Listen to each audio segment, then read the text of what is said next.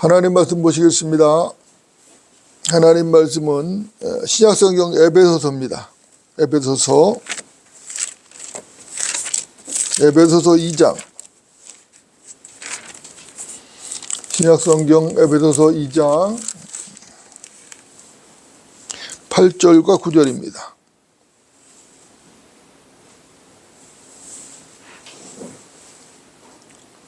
제가 받들겠습니다.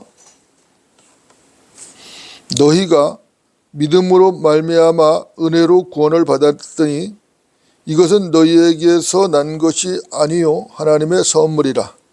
행위에서 난 것이 아니니 아무도 자랑하지 못하게 하려 하심이라. 아멘.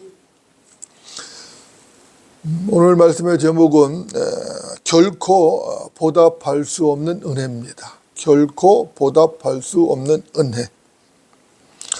여러분도 어떻습니까? 여러분들은 주 하나님을 사랑하십니까?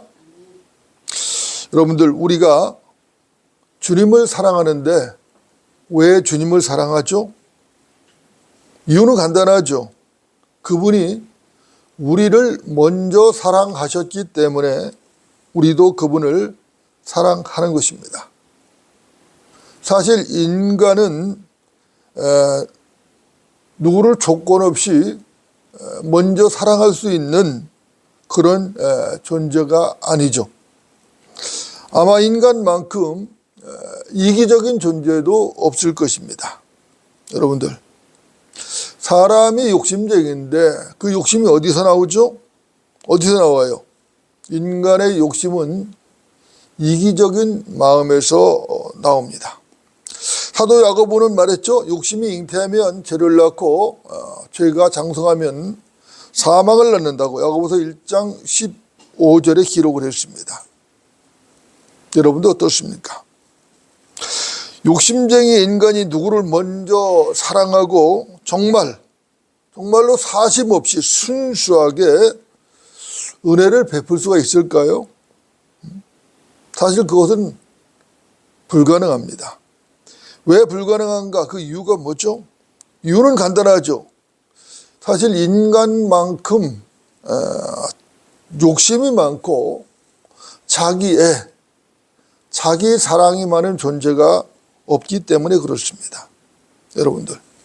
여러분들은 어떻게 생각을 하십니까? 먼저 로마서 5장을 좀 보겠습니다. 로마서 5장입니다. 로마서 5장. 로마서 5장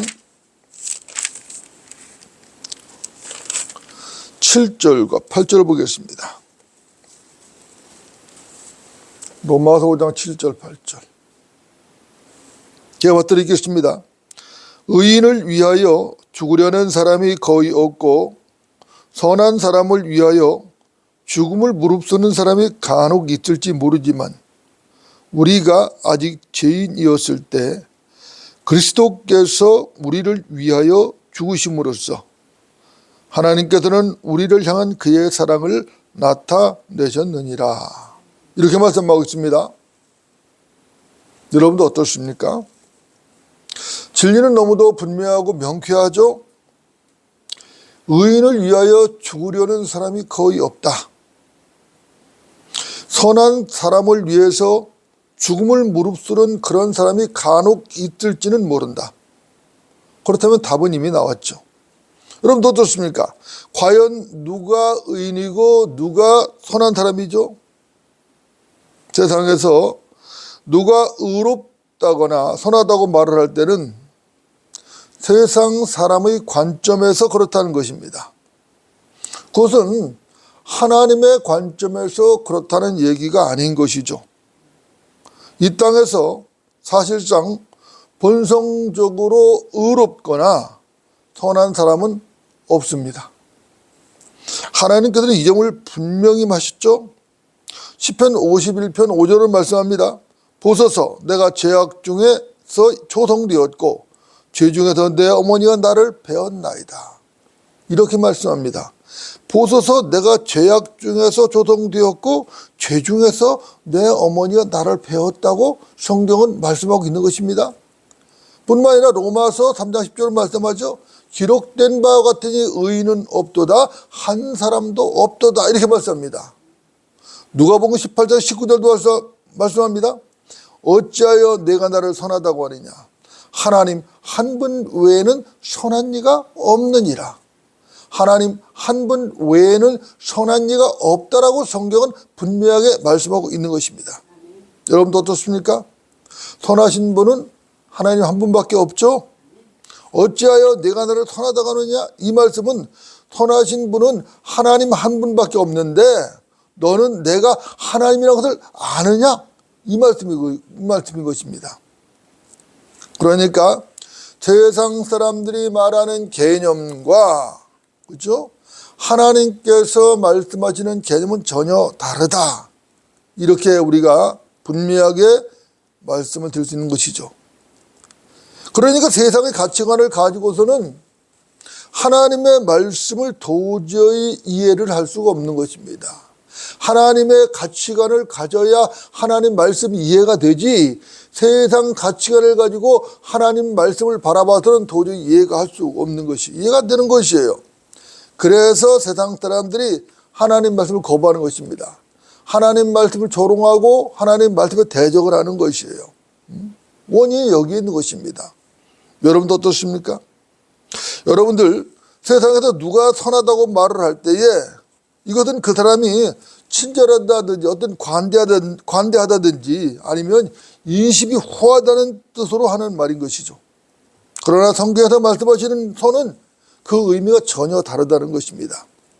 누가 세상에서 의롭거나 선하다고 말을 할 때는 그것은 세상적인 관점에서 말하는 것이지 하나님의 관점에서 말하는 게 아니라는 것이요.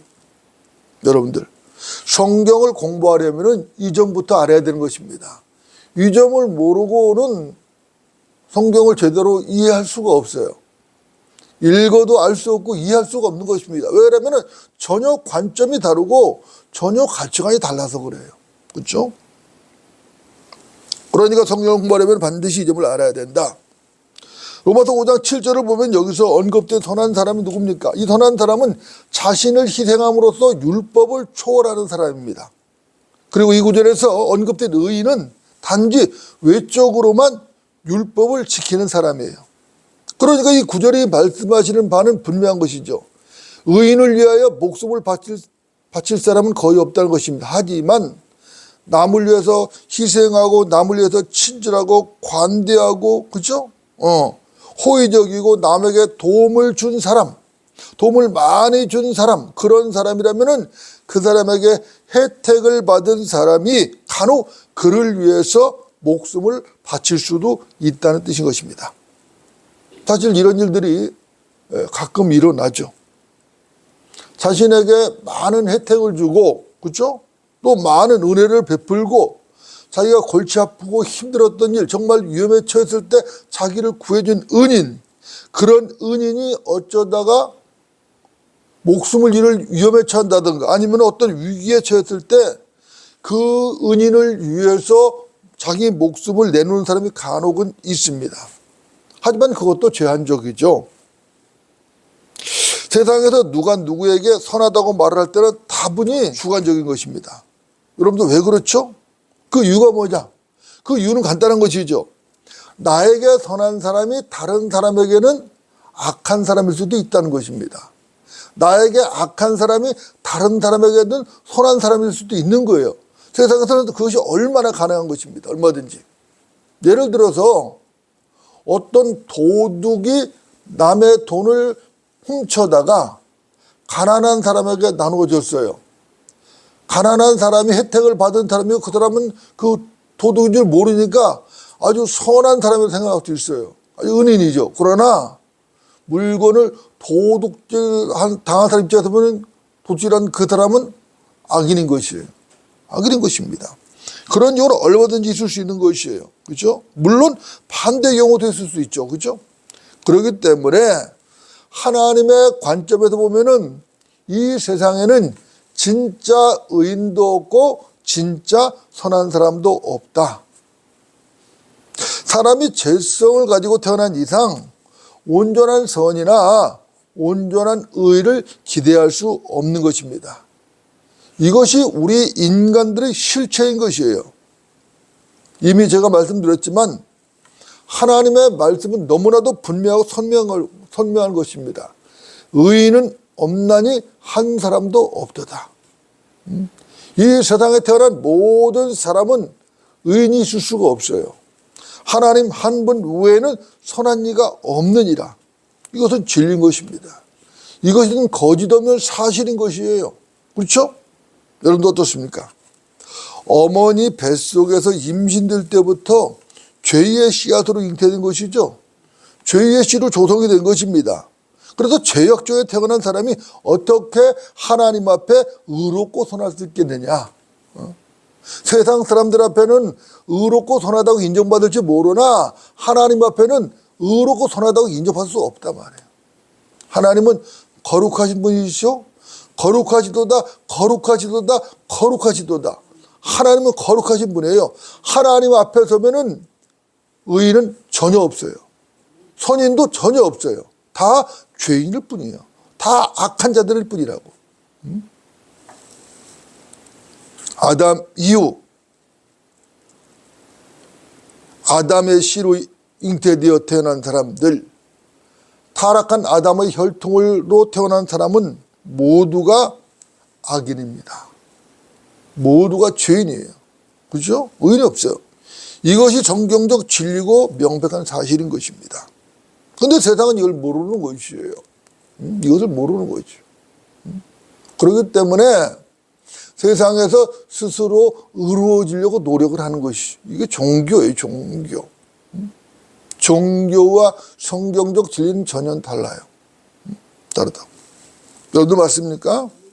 그런데 우리가 아직 죄인이었을 때, 우리가 구원받기 전이죠. 우리가 죄인이었을 때니까 우리가 구원받기 전입니다. 구원받기 전 우리가 죄와 허물로 죽어서 죄악 가운데도 행하고 어둠의 자식이었을 때, 진노의 자식이었을 때 세상 죄를 제어하는 하나님의 어린 양 예수 그리스도께서 우리를 위해서 십자가에서 피 흘려 죽으셨어요.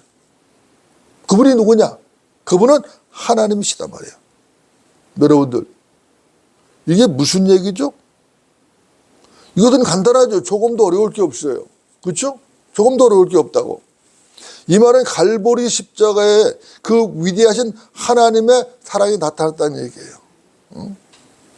하나님의 사랑이 갈보리 십자가에 매달리신 하나님, 육신을 입고 오신 하나님, 하나님의 위대하신 사랑이고 위대하신 자비고 위대하신 하나님의 놀라운 은혜로 나타났어요. 십자가는 하나님의 사랑과 자비와 은혜의 절정인 것입니다. 십자가는 하나님의 사랑과 자비와 은혜의 절정이에요. 여러분들 맞습니까? 우리는 그 사랑을 받아들여서 자비와 은혜로 구원을 받은 것이에요. 우리가 어떤 본성적으로 선하다거나 아니면 우리가 선한 행위를 했다거나 그래서 우리가 구원받은 게 아니에요. 우리가 본성적으로 의롭다거나 본성적으로 우리가 어떤 행동을 해서 어떤 의로운 행동을 해서 의롭게 된 것이 아니에요. 우리는 본성에 악한 죄의 씨앗을 갖고 태어난 사람이에요. 타락한 아담의 피의 혈통으로 태어났다고. 그런데 주 예수 그리스도 그분으로 나타난 하나님의 사랑과 그 자비와 은혜로 구원을 받은 것이. 왜 수많은 사람들이 지금도 구원을 받지 못하고 지옥으로 달려가고 있는 것인가? 이유는 간단한 것이에요. 그들이 하나님의 사랑을 거부했기 때문에. 다른 거 없어요. 아무리 세상에서 사악하고 아무리 흉악한 죄인일지라 할지라도 아무리 큰 범죄를 저질렀다 할지라도 주 예수 그리스도를 받아들이기만 하면 다 구원받을 수 있어요. 근데 그것을 거부한 것이에요. 하나님의 사랑과 하나님의 자비, 하나님의 은혜, 하나님께 베풀어 주신 그 모든 것들을 다 거부해버린 것이. 요한복음 3장을 보겠습니다. 요한복음 3장. 3장 14절서부터 16절까지입니다. 요한복음 3장 14, 15, 16.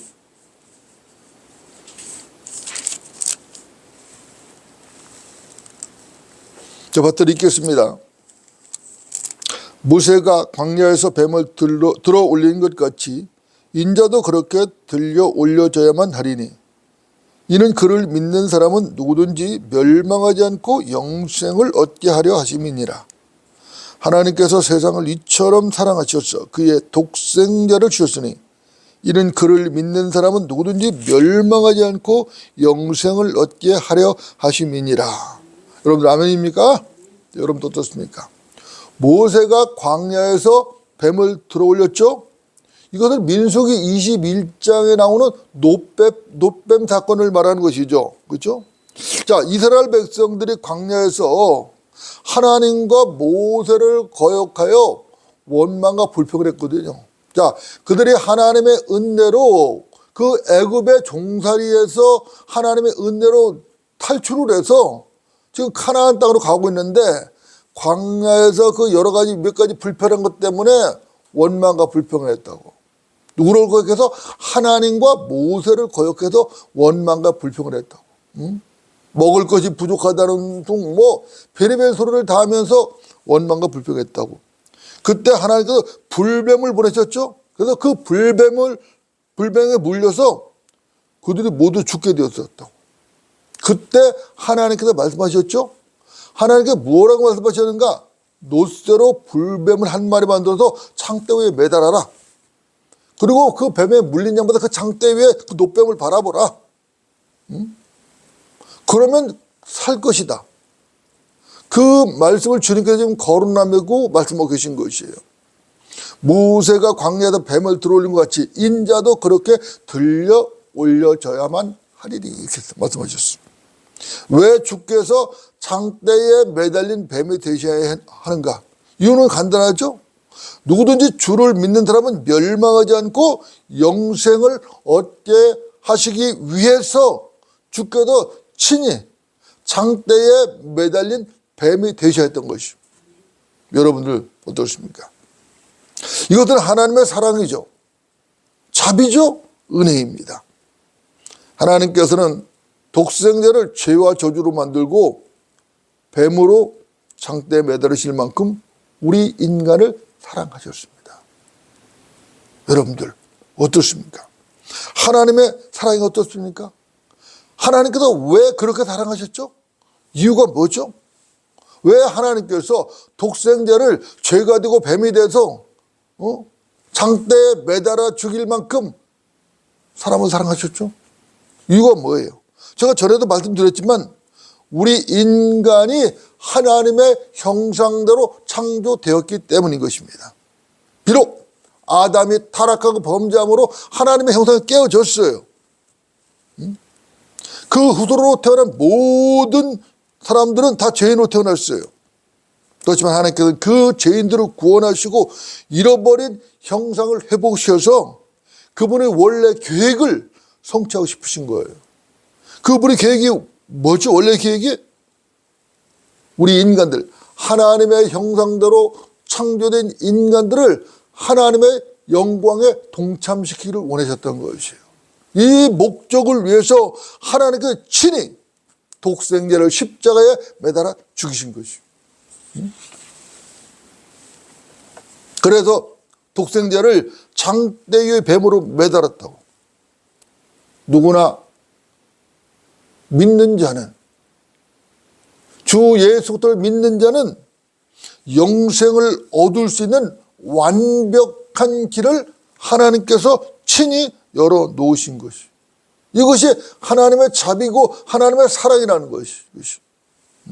여러분들, 하나님의 사랑과 자비와 은혜에는 차별이 없죠. 누구든지 십자가에 매달린 독생자 예수 그리스도 그분을 믿기만 하면은 구원을 얻는다고. 그분을 믿기만 하면 의가 전가되고 그분의 의가 전가되고 영생을 얻는다고. 곧 하나님의 의는 예수 그리스도를 믿음으로 인한 것으로 모든 자와 믿는 모든 자에게 미치나니 차별이 없느니라. 로마서 3장 22절입니다. 곧 하나님의 의는 예수 그리스도를 믿음으로 인한 것으로 모든 자와 믿는 모든 자에게 미치나니 차별이 없느니라. 남녀노소 차별이 없어요. 민족도 차별이 없어요. 그렇죠? 누구도 차별이 없다고. 여러분도 어떻습니까? 그런데 문제가 뭐죠? 문제는 완고한 죄인들이에요. 인간들이 얼마나 완고한지 그분을 거역하는 것이. 육신을 입고 나타나서 십자가에 매달리기까지 모든 희생을 베푸시기까지 사랑하신 그 자비의 하나님, 그 은혜의 하나님을 거부하는 것이. 이것이 문제예요. 왜 그들이 복음을 믿지 못하고 예수 그리스도를 거부하며 진리를 깨닫지 못하는가? 이유가 뭐죠?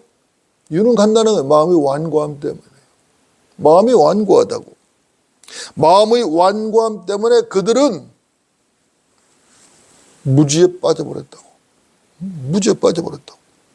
그래서 생명에서 멀리 떨어졌고 그들의 명철은 캄캄해진 것이에요. 명철이 어두워요. 어둡다고. 그런데 어떻습니까? 거룩하신 하나님께서 인간의 몸을 입고 인간의 육신을 입고 이 땅에 오셨다. 위대한 사건이죠.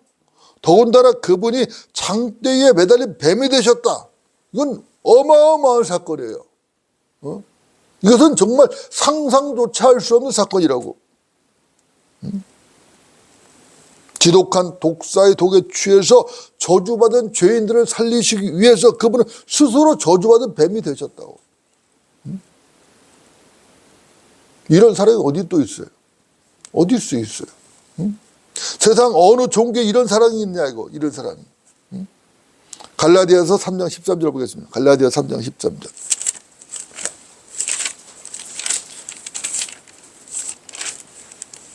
갈라디아서 3장 13절입니다.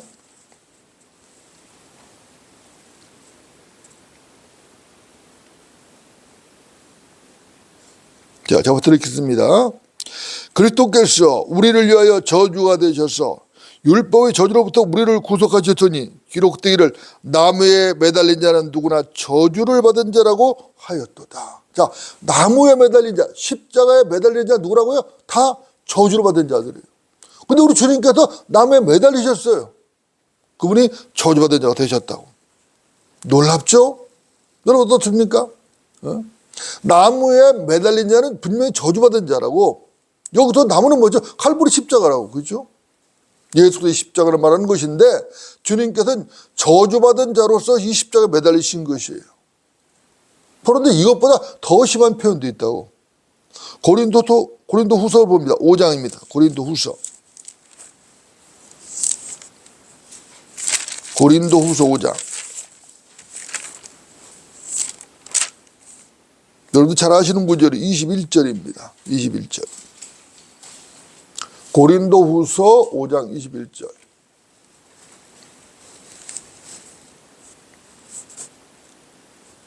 제가 받들어 읽겠습니다.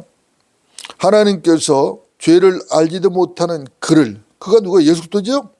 우리를 위하여 죄로 삼으신 것은 우리로 하여금 그 안에서 그가 그리스도죠. 그리스도 안에서 하나님의 의가 되게 하려 하심이라. 자, 우리를 의롭게 하시기 위해서 하나님께서 죄를 알지 못하는 주 예수 그리스도 그분의 독생자를 죄로 삼으셨다는 것이. 여러분들 얼마나 놀라운 말씀입니까? 참으로 놀라운 말씀이죠. 이것보다 더 놀라운 말씀도 없을 것입니다. 우리가 도대체 뭐길래 저와 여러분이 도대체 뭐길래 하나님께서 독생자를 죄로 삼으시기까지 우리를 사랑하셨느냐. 그 사랑은 참으로 놀라운 사랑이다. 우리가 도대체 뭐길래 도대체 상상조차 할 수 없는 그 놀라운 사랑을 그분이 베푸셨단 말인가. 여러분들 어떻습니까? 여러분들 이 사랑이 이해가 되십니까? 도대체 내가 뭐라고 속 좁고 완고하고 더러운 벌레 같고 뱀처럼 사악한 이 죄인을 위하여 그 상상조차 할 수 없는 엄청난 사랑으로 자비와 은혜를 하나님께서 베푸셨단 말인가.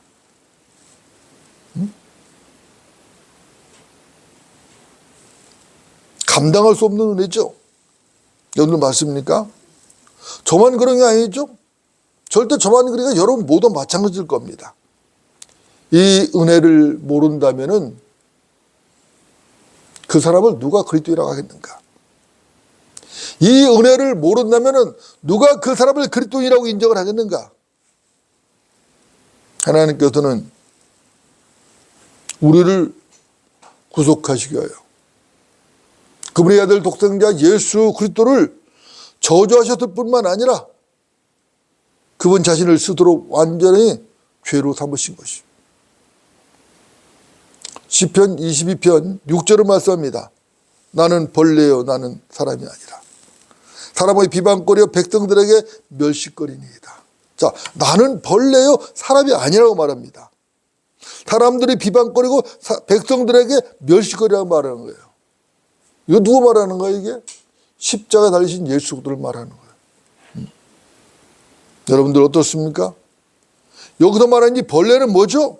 붉은 구더기라고. 마가복음 9장 44절에도 벌레가 나오는데 이 벌레는 헬라어 단어로 보면 붉은 구덩이와 관련이 있어요. 연결되는 거예요. 그래서 성경은 예수님의 십자가 사건을 예언적으로 기록하면서 나는 벌레요 사람이 아니라고 기록한 것이. 이 말은 하나님께서 그 추악하고 사악한 벌레가 되셨다는 말이에요.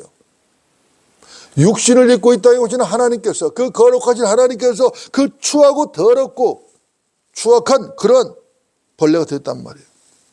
여기서 벌레는 단순한 곤충이 아니에요. 이 붉은 구더기는 단순한 곤충이 아니라고. 이 벌레는 뱀입니다. 뱀이에요. 욥기 17장 14절은 말씀하거든요. 내가 썩는 것에게 말하기를 너는 내 아비라 했고 벌레에게 말하기를 너는 내 어미요 누이라 했도다. 내가 썩는 것에게 말하기를 너는 내 아비라 했고 벌레에게 말하기를 너는 내 어미요 누이라 했도다. 욥기 17장 14절입니다. 성경은 지옥에서 고통받는 저주받은 인간을 벌레로 표현하고 있습니다. 이것은 마가복음 9장 44절, 46절, 48절에서 반복적으로 나타나고 있는 표현이에요. 예수님께서는 시편 22편 6절에서 언급된 그 벌레를 요한복음 3장 14절에 뱀으로 연결시킨 것이에요. 연결시켰다고. 광야에서 창대에 매달린 뱀을 자신에게 연결시켰고, 그렇죠? 시편 20편 6절에 언급된 그 벌레를 자신에게 연결시켰다고. 그것이 바로 뱀이라고 해요. 육신으로 오신 하나님, 주 예수 그리스도께서 저와 여러분을 위해 십자가에서 죄의 화신으로 뱀이 되셨던 것이. 여러분 믿으십니까? 놀라운 사건이라고. 그 거룩하신 하나님께서 죄가 되고 저주가 되셔서 뱀이 되신 거예요. 이제 오늘 본문 에베소 2장을 보고 정리하겠습니다. 에베소 2장 8절 9절입니다. 에베소서 2장 8절 9절.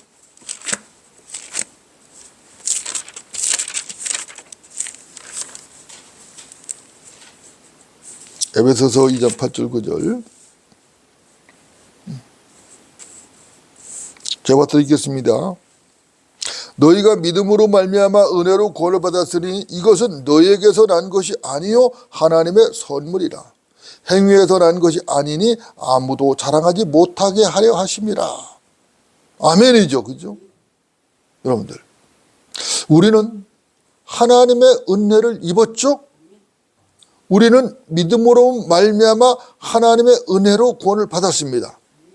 이것은 하나님의 선물이죠. 분명히 선물이에요. 우리의 행위로 구원을 받은 게 아니에요. 그렇죠?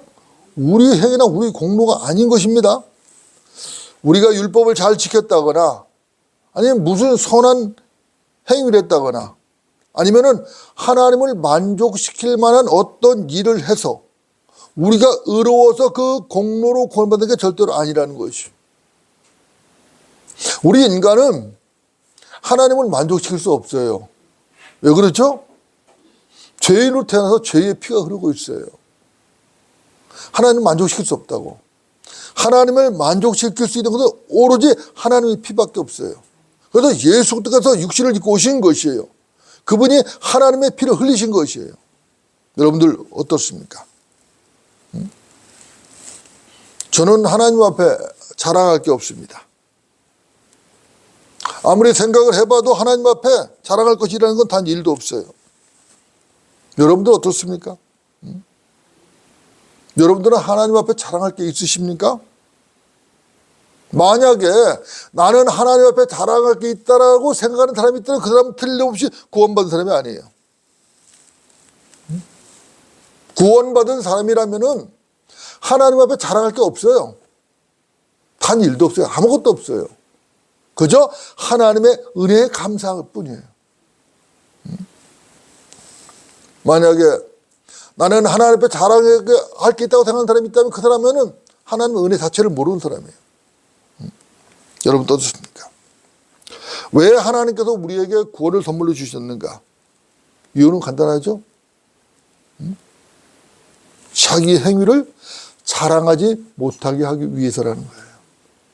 그런데 얼마나 많은 사람이 자기 행위를 자랑하고 있죠? 하나님의 말씀과는 전혀 동떨어진 것이죠. 그죠? 여러분들, 선물이 뭐죠? 선물이라는 것은 쉽잖아요.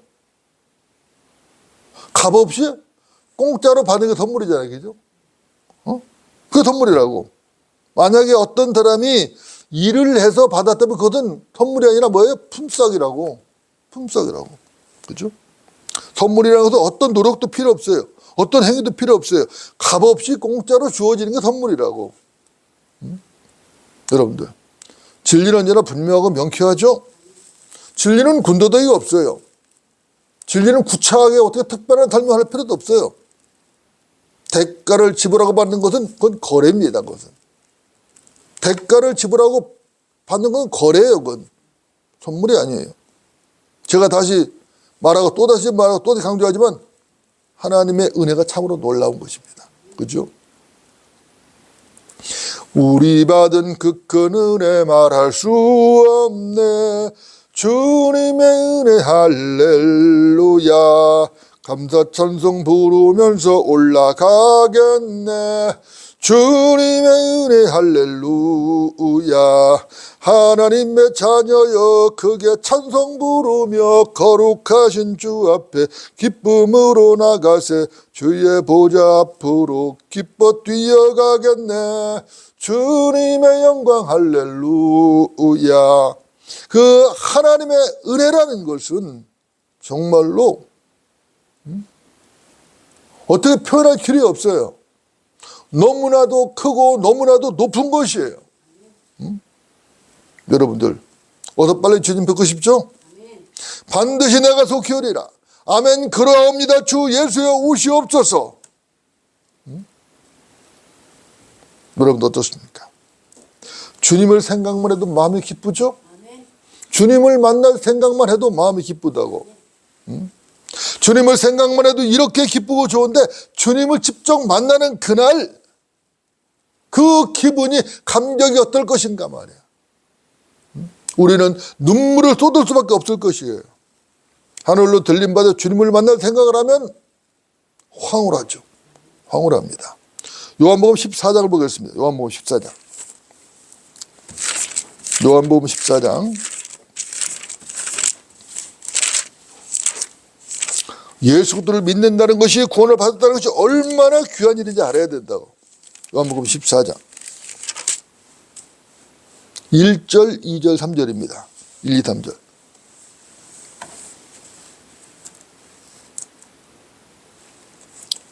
제가 받들어 읽겠습니다.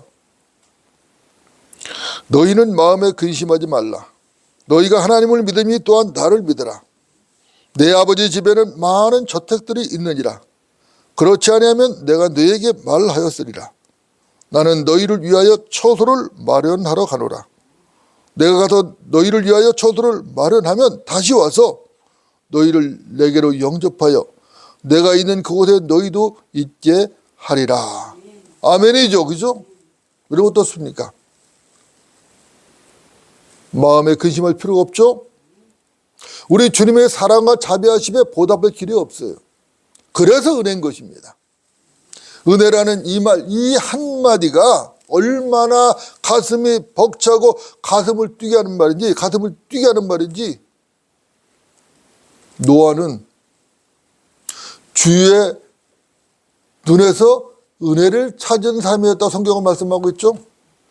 사도 바울은 말했습니다. 나는 하나님의 은혜를 저버릴 수 없나니, 이게 사도 바울의 간증이에요. 우리 모두 주의 눈에서 은혜를 찾고 결코 보답할 수 없는 그 은혜를 감사하고 하나님의 선물을 기뻐하며, 그죠? 우리의 생명된 주 예수 그리스도, 우리 하나님, 그분을 영원히 찬양하고 높이는 성도들이 되어야 하는 것입니다.